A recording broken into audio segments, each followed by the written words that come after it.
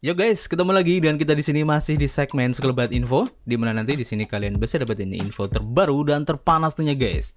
Oke, hari ini tanggal 3 bulan April di 2023 guys. Oke, masih kita ingatkan kembali ya buat teman-teman semua yang mungkin sekarang di perjalanan ataupun di tempat-tempat keramaian, jangan lupa untuk selalu memakai ataupun mematuhi protokol kesehatan guys, agar kita selalu terhindar ya dari berbagai macam penyakit yang mengancam kesehatan kita. Oke, kita langsung saja melihat bagaimana update dari Global Crypto Market Cap. Dan seperti yang terlihat di sini ya, dari data Coin Market Cap mengalami penurunan di 2,2% ya. Cukup lumayan guys untuk memulai weekend hari ini guys ya. Dan tentu saja penurunan ini efek dari Bitcoin dan juga teman-temannya. Seperti yang kita lihat di sini, dalam waktu 24 jam ya untuk Bitcoin mengalami penurunan di 3,45%. Kemudian Ethereum di 2,9%, BNB di 2,67%, XRP di 1,3%, Cardano di 3,3%. Dan kalau kita lihat di sini ya, rata-rata untuk pergerakan dari altcoin ini mengikuti pergerakan dari Bitcoin guys, dan secara keseluruhan mengalami penurunan antara 1 sampai 5%. Dan apa yang menyebabkan ini turun? Kemungkinan dari inflasi yang bisa dibilang sekarang itu sudah mulai mendingin ya, yang terjadi di Amerika Serikat guys. Nanti kita akan coba cari tahu informasinya. Kemudian kalau kita lihat pergerakan harga dari Bitcoin itu sendiri seperti yang terlihat di chart di sini ya. Untuk close candle-nya kemarin merah, sehingga tekanan jualnya pun cukup tinggi, dan seperti yang sudah saya prediksi kemarin guys, maka ada kemungkinan setelah close candle kemarin ya, waktu di sini guys, yang membentuk bisa dibilang seperti doji ya, ataupun hanging man, dan kecenderungan dari pergerakannya itu akan turun dan sekarang terbukti. Kemudian kalau kita lihat di sini ya, sepertinya tertahan di area MA20, tepatnya di harga 27.500. Jadi buat teman-teman semua yang mungkin agresif ya untuk mengambil posisi, bisa manfaatkan harga di 27.500 guys. Kalian bisa dibilang itu sebagai titik support untuk psikologi guys. Nah, kalau kalian lebih konservatif, kalian bisa ambil juga di harga di sekitaran harga 26.500, atau yang lebih konservatif lagi, kalian bisa ambil di harga sekitar 25.000 guys. Jadi kalian manfaatin kesempatan ini. Nah, seperti yang tadi saya bilang ya, bahwa penurunan ini terjadi karena adanya sentimen positif untuk inflasi yang terjadi di Amerika Serikat ini sudah mulai meningin guys, sehingga pasar ekuitas pun mulai bergerak nih guys. Dan ini tidak terlihat dari Bitcoin saja yang mengalami penurunan, tapi beberapa altcoin juga mengalami penurunan guys. Tapi yang lebih terasa di sini yaitu dari pasar forex, di mana untuk US dollar ini mengalami penguatan guys. Kalian bisa cek sendiri nanti ya. Dan untuk lebih jelasnya guys, kita coba cek saja ya. Kita lansir dari forecast.news, di mana di sini diinformasikan bahwa Bitcoin dan juga Ethereum ini mengalami penurunan ya. Hal ini dikarenakan ekuitas Amerika Serikat ini naik karena inflasi yang sudah mendingin guys. Jadi Bitcoin turun pada perdagangan hari Senin pagi di Asia, tetapi tetap berada di atas level resistensi 28.000 US dollar ya.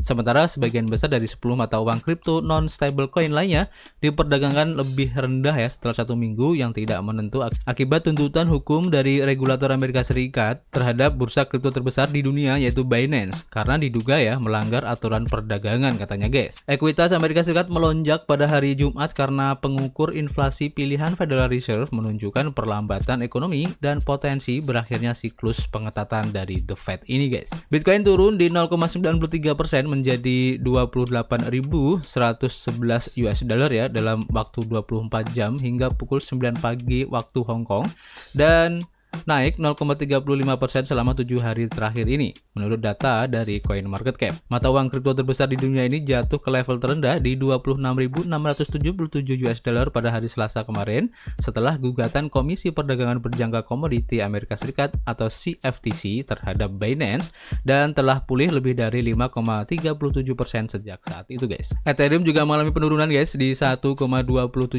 ya menjadi 1.790 US dollar, tetapi diperdagangkan naik 0,61% ya untuk minggu ini. Hot Fork Shanghai Blockchain Ethereum yang mencakup pembaruan yang akan memungkinkan investor untuk menarik Ethereum yang mereka pertaruhkan ya untuk pertama kalinya dijadwalkan pada 12 April guys.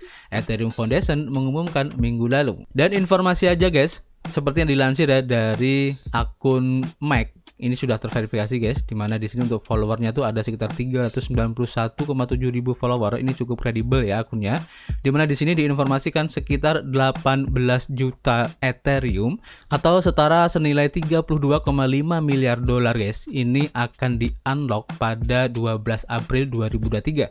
Nah di sini kalian bisa baca lebih lengkapnya uraian dari si Mike ini guys. Tapi intinya ya, kita harus mewaspadai pada tanggal 12 April nanti untuk unlock dari Ethereum ini guys, karena pasti secara psikologis orang yang mempunyai aset di Ethereum ini pasti akan cenderung untuk membuang atau menjual atau menukarkan Ethereum. Dalam hal ini adalah reward yang dihasilkan ya oleh para staker untuk upgrade Shanghai kemarin. Ini akan dicairkan guys ya. Jadi secara naluri akan seperti itu. Dan tentu saja ini akan membuat harga dari Ethereum ini bisa turun guys ya. Meskipun ada beberapa langkah ataupun tipe dari penarikan withdrawnya ya untuk rewardnya. Seperti yang bisa kalian lihat di sini ya. Ada yang parsial dan juga ada yang full. Nanti kalian bisa baca lebih jelasnya di sini guys. Kemudian selanjutnya Dogecoin ini memimpin kerugian dengan penurunan 5,92% ya dalam 24 jam terakhir dan diperdagangkan pada 0,07871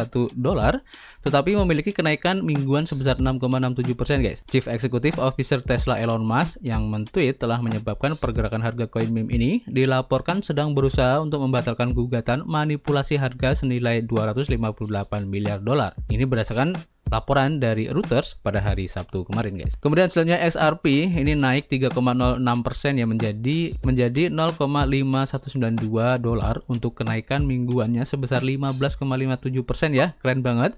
Di balik rally XRP ini adalah peningkatan optimisme ya bahwa Ripple Labs yang platform pembayaran kriptonya didukung oleh XRP akan mengakhiri gugatan yang sedang berlangsung terhadap Komisi Sekuritas dan Bursa Amerika Serikat SEC yang menuduh perusahaan dan juga para eksekutifnya melanggar undang-undang sekuritas guys. CEO Ripple Labs Brett Garlinghouse meminta para pejabat Amerika Serikat untuk memperhatikan tindakan penegakan SEC di Twitter pada hari Jumat lalu.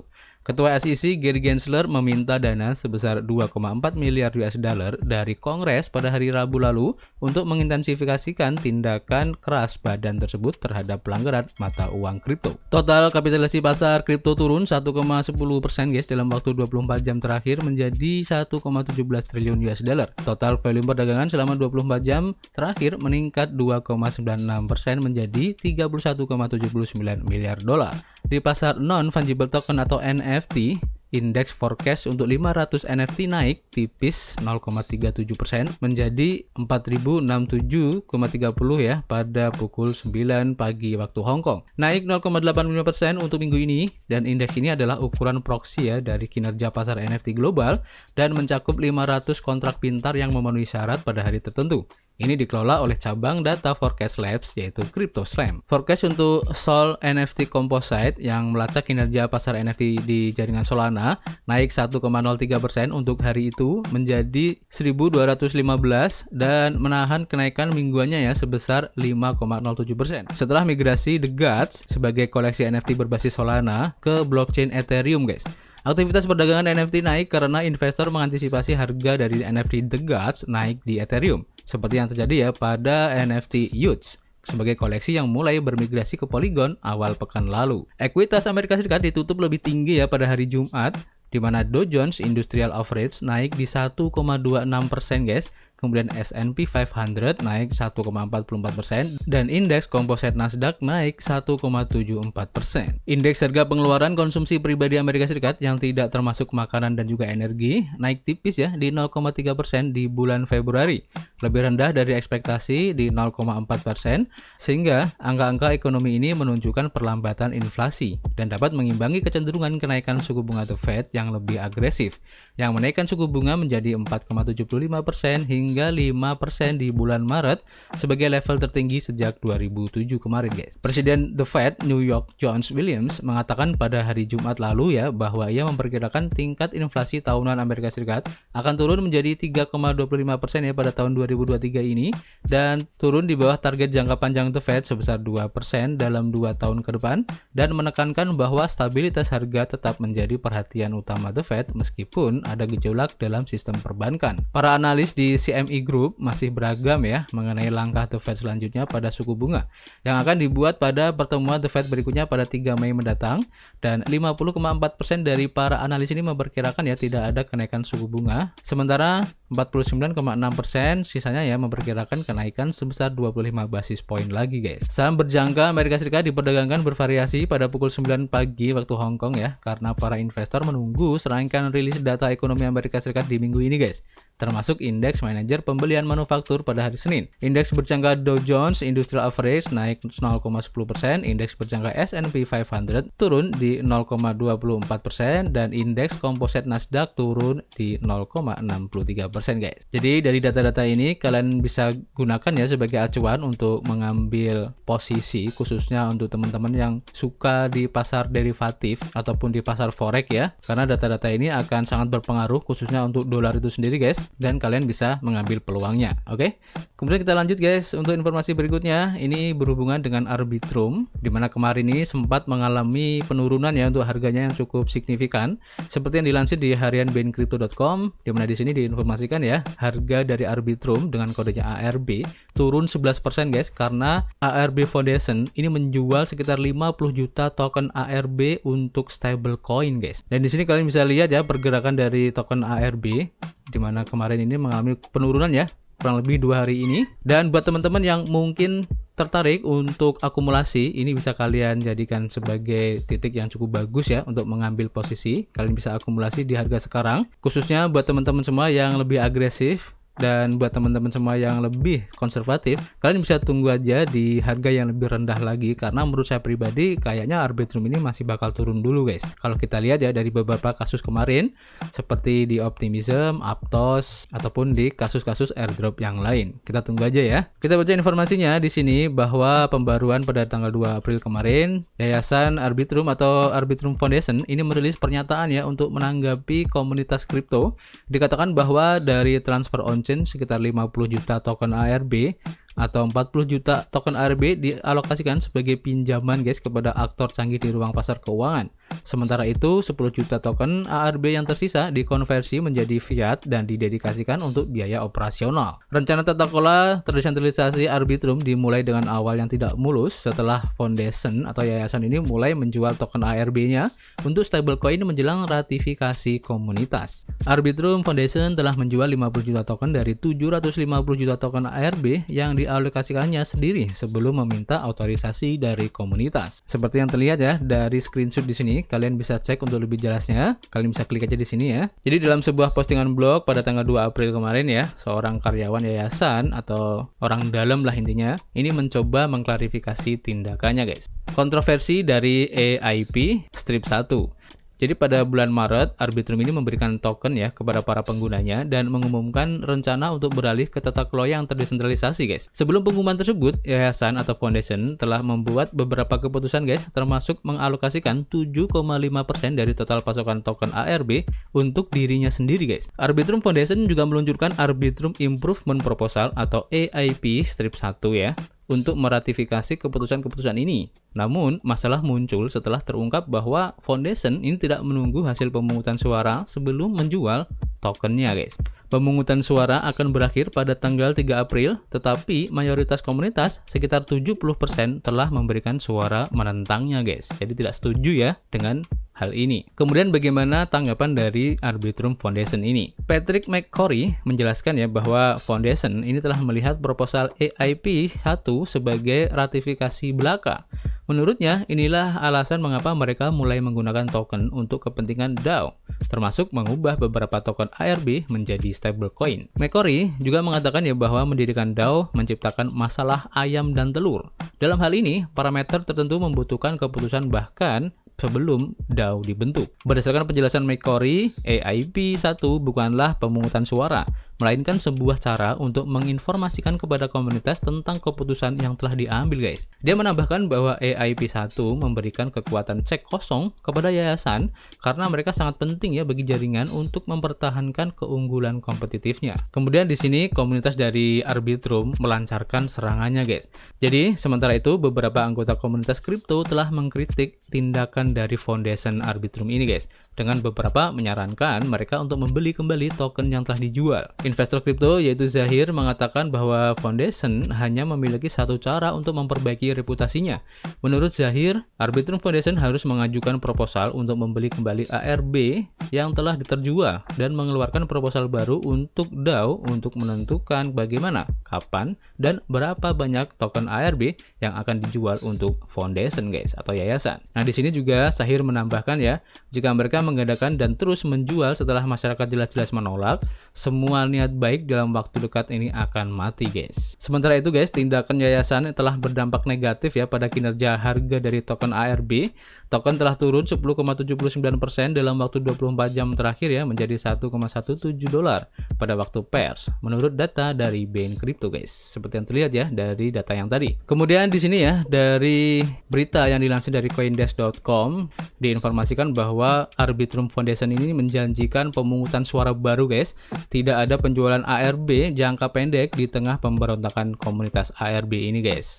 Jadi langkah mundur ini akan membuat Arbitrum mengadakan pemungutan suara mandiri atas alokasi 750 juta tokennya. Jadi di sini Arbitrum Foundation memberikan jawaban ya atas serangan-serangan dari komunitasnya sendiri ini guys ya.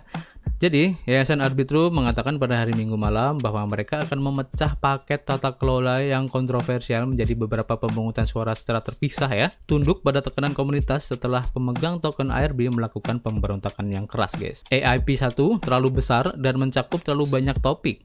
Kami akan mengikuti saran DAO dan membagi EIP menjadi beberapa bagian, kata pemimpin komunitas dengan nama pengguna Eli DeFi di server Discord Arbitrum. Kemunduran ini terjadi setelah satu hari kemarahan di komunitas Arbitrum tentang bagaimana Foundation sebagai sebuah perusahaan terpusat yang ditugaskan untuk mempromosikan ekosistem terdesentralisasi yang diklaim oleh Arbitrum mengadakan pemungutan suara guys sebagai ratifikasi ya atas keputusan yang telah diterapkannya, termasuk mengirimkan token senilai hampir 1 miliar dolar untuk dirinya sendiri. Dengan pemungutan suara yang mengarah pada kegagalan besar ya pada Snapshot, Arbitrum mengakui bahwa itu kemungkinan besar tidak akan lolos dan berjanji untuk mengadakan pemungutan suara ulang untuk setiap bagian dari rancangan undang-undang Omnibus awal minggu ini. Itu sudah cukup untuk memenangkan beberapa suara yang berpengaruh.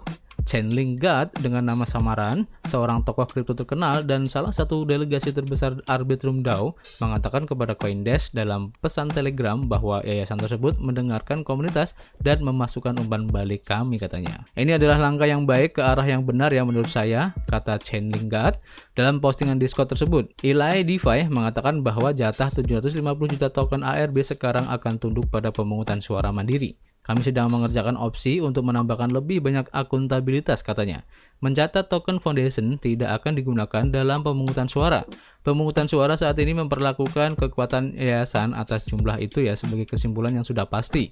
Ia mulai membelanjakan dan mengirim token bahkan sebelum pemungutan suara guys. Program hibah khusus atau special grants dari Arbitrum Foundation ini yang menjadi inti ya dari kontroversi ini akan diganti namanya menjadi dana pengembangan ekosistem dan Arbitrum berjanji untuk memberikan konteks tentang bagaimana dana tersebut akan digunakan guys, serta laporan transparansi mengenai anggaran dari foundation ini. Tujuan dalam mendirikan Arbitrum DAO adalah untuk memimpin dengan memberi contoh untuk menciptakan roll up yang paling terdesentralisasi dan terlepas dari kesalahan komunikasi ini. Kami akan terus mengejar tujuan ini secara agresif, kata postingan tersebut. Yayasan Arbitrum lebih lanjut berjanji ya bahwa mereka tidak memiliki rencana jangka pendek untuk menjual lebih banyak token.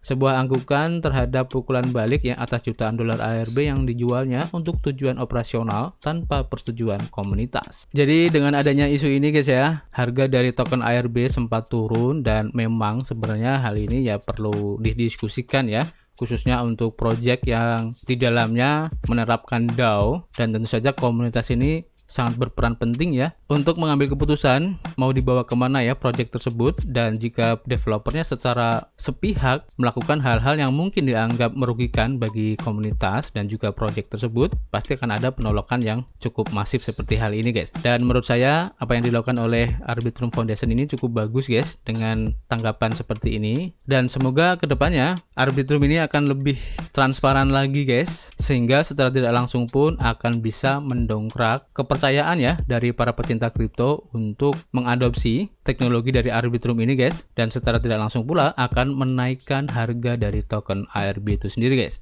Oke, jadi cukup menarik ya, kita tinggal menunggu aja kira-kira mau dibawa kemana untuk Arbitrum ini ke depannya.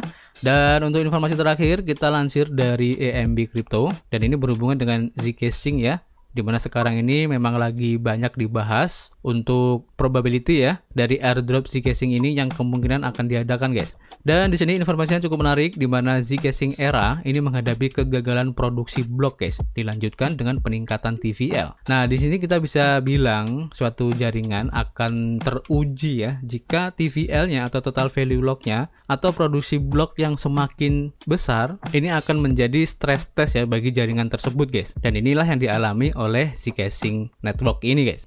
Jadi peluncuran untuk Zcaching Era yang sangat dinanti-nantikan ya pada tanggal 24 Maret diharapkan dapat merevolusi transaksi Ethereum dengan memperkenalkan dimensi baru guys. Namun lebih dari seminggu setelah debutnya, platform Zero Knowledge ini mengalami gangguan ya ketika gagal menghasilkan blok selama beberapa jam guys. Pada tanggal 1 April yang menandai 8 hari sejak era Zcaching diluncurkan ya, ada laporan bahwa platform layer 2 ini berhenti menghasilkan blok. Data transaksi Zcaching Era untuk blok Explorer-nya menunjukkan ya bahwa dari pukul 01:52 AM ya waktu CET hingga pukul 06:02 pada tanggal 1 April tidak ada blok yang dibuat ya di blockchain mainnet Zcaching Era ini guys. Seperti yang terlihat di sini ya untuk screenshotnya, kalian bisa cek untuk lebih jelasnya nanti di sini. Jadi jaringan blockchain yang mengalami kegagalan produksi blok bukanlah hal yang baru seperti yang ditunjukkan ya oleh kegagalan blok baru-baru ini pada jaringan Avalanche. Akan tetapi ya situasi pada Zcaching Era ini menarik perhatian karena waktu yang singkat antara peluncuran dan juga kegagalan bloknya guys. Perlu dicatat ya bahwa jaringan masih dalam versi alpha yang diakui oleh tim dalam tanggapan mereka guys. Kemudian apa sih alasan dan perbaikan untuk kegagalan dari blok ini? Nah sesuai dengan pernyataan dari tim Zcaching Era, database antrian blok mengalami kegagalan fungsi menangguhkan produksi bloknya. Sayangnya peringatan kesehatan untuk database tidak diaktifkan karena tidak dapat terhubung ya untuk mengumpulkan metrik. Namun API berfungsi normal yang menjelaskan mengapa peringatan tidak terpicu guys. Tim telah mengonfirmasi bahwa mereka telah menyelesaikan kegagalan tersebut dalam jangka waktu 5 menit. Mereka memperkenalkan peringatan yang akan memberitahu ketika agen pemantauan mengalami kegagalan fungsi atau tidak dapat mengatur koneksi untuk mengumpulkan metrik. Tim juga menyatakan ya bahwa mereka telah menerapkan solusi lain untuk mengatasi masalah tersebut, namun mereka mengakui bahwa solusi utamanya adalah desentralisasi platform. Zcaching Era melanjutkan aktivitas secara normal. Jadi pada saat artikel ini ditulis, aktivitas reguler dilanjutkan di jaringan ya setelah waktu henti produksi bloknya. Meskipun mengalami kemunduran sementara, solusi layer 2 ini mempertahankan posisinya di antara 3 jaringan layer 2 teratas seperti yang dilaporkan oleh L2Bit. Menurut data dari penjelajahan Okilink, jaringan tersebut memfasilitasi hampir 9.000 transaksi dengan lebih dari 4.000 alamat yang terdaftar di platform dan 8 alamat aktif. Selain itu, berdasarkan data dari DeFi lama, Zcaching Era telah mengalami tren peningkatan dalam total value lock, dan pada saat artikel ini ditulis, untuk TVL dari Zcaching ini telah mencapai 41,32 juta dolar ya, yang mencerminkan peningkatan sebesar 17,15% dalam 24 jam terakhir guys. Seperti yang terlihat ya dari screenshot di sini guys. Ini keren banget ya. Dan tentu saja ini menunjukkan bahwa optimisme atau ketertarikan ya dari para investor ataupun para pengembang dari Zcaching Era ini sangat optimis ya ke depannya untuk masa depan Zcaching Era ini. Dan jika memang nanti Zcaching ini akan mengeluarkan airdropnya, maka ini akan sangat keren banget guys. Bahkan bisa jadi melebihi Arbitrum guys. Kita tunggu aja ya seperti apa. Jadi bagaimana menurut pendapat kalian guys untuk informasi hari ini? Kalian bisa tulis ya di kolom komentar. Nanti kita bisa ngobrol banyak di dalamnya, dan tentu saja kita akan ketemu lagi di informasi berikutnya. Peace.